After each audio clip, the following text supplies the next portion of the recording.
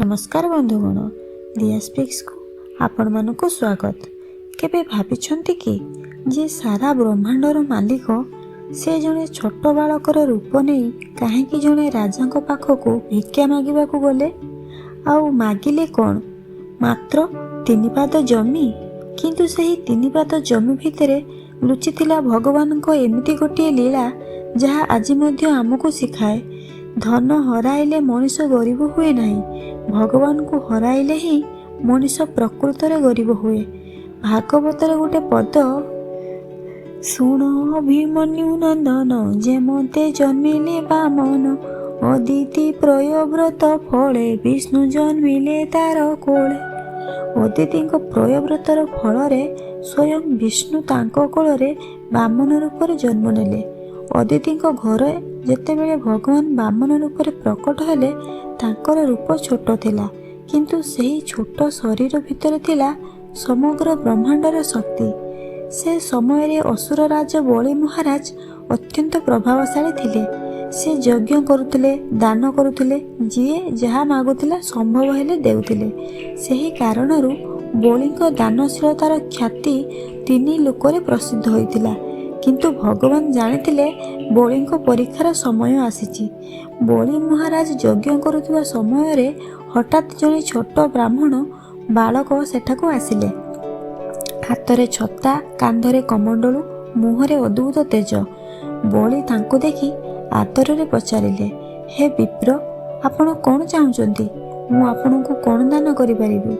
सेतेबेले बामन कहिले, मते बहुत किछि दरकार नाही, मते केवल 3 पाद जमी दियंतु। बलि महाराज आश्चर्य हेले, 3 पाद जमी? तुम जेते चाहुच ताठारु अधिक नहीं पार। किंतु बामन 3 पाद जमी रे ही अटल रहिले। भागवतरे गोटे पद मने पड़े, एमते बलि यज्ञ बाटे बामन मिलिले कपटे। बामनकर ही आगमन साधारण नथिला, एहा थिला भगवान को लीला।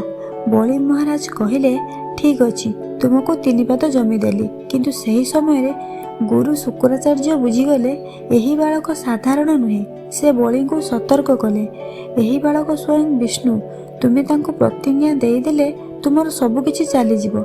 किंतु बलि महाराज कहिले, जदि भगवान निजे मो द्वार को आसी दान मागुछंती तेबे मु किपरि तांको मना करिबि।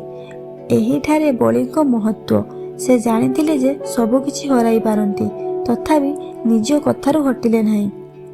बलि दानर संकल्प करिबा मात्रे हठात से छोट बालक बामनक रूप बढ़िबाकू लागिला। मुंड आकाश को छुईला, शरीर विशाल हैला। देवता, ऋषि, मुनि समस्त आश्चर्य होइगले। भागवतरे गोटे पद मने पड़े, बामन कले वेदनाद धरणी देला 3 पाद। बामन विश्वरूप होई पादके पृथ्वी घोटई। पादे को आकाश को गला ब्रह्मांड भांड फाटी गला। जो बामन को बलि जने छोट बालक भाविथिले सेही बामन हठात विश्वरूप धारण कले। प्रथम पादरे समग्र पृथ्वी को मापिदेले, द्वितीय पादरे आकाश और स्वर्गलोक मध्य मापिदेले एवं भगवान कहिले, बलि मु तुमठारु 3 पाद जमी मागिथिली, 2 पादरे सबकिछि मापिदेली, एबे तृतीय पाद केउठी रखिबि? बलि महाराज नीरव होइगले। तांको पाखरे आउ किछि नथिला, राज्य नाही, धन नाही, संपत्ति नाही, किंतु गोटे जिनिस एबे भी थिला, तांकर निज शरीर। बलि महाराज निज मुंड नमाई कहिले, प्रभु, मोर सबकिछि आपण नेई सारिचंती। एबे मो पाखरे जहा अछि से हेउछि मोर ही मुंड। आपणक तृतीय पाद मो मुंड उपरे रखंतु। एहा ही बलि महाराजंको महानता। से धन हराइले, राज्य हराइले, सबकिछि हराइले, किंतु भगवान को ऊपरे निजर विश्वास हराइले नाही। आज आम छोट छोट क्षति रे भांगी पड़ुचे। टंका कमिगले चिंता, लोके खराब कहले दुख, विफलता आसिले आशा छाड़ी देउचे। किंतु बलि महाराज आमको शिखाती, सबकिछि हराइले मध्य जदि आपणक मनरे सत्य, भक्ति, विश्वास रहिछि तेबे आपण प्रकृतरे हारि नाहांती।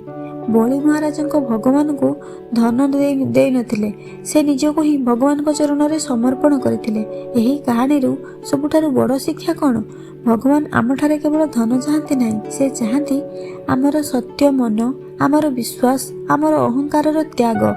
ବଳିଙ୍କ ପାଖରେ ସବୁ କିଛି ଥିଲା, କିନ୍ତୁ ଭଗବାନ ତାଙ୍କର ଅହଙ୍କାରକୁ ନେଇ ତାଙ୍କୁ ଭଗବାନଙ୍କ ଆହୁରି ନିକଟକୁ ନେଇଗଲେ।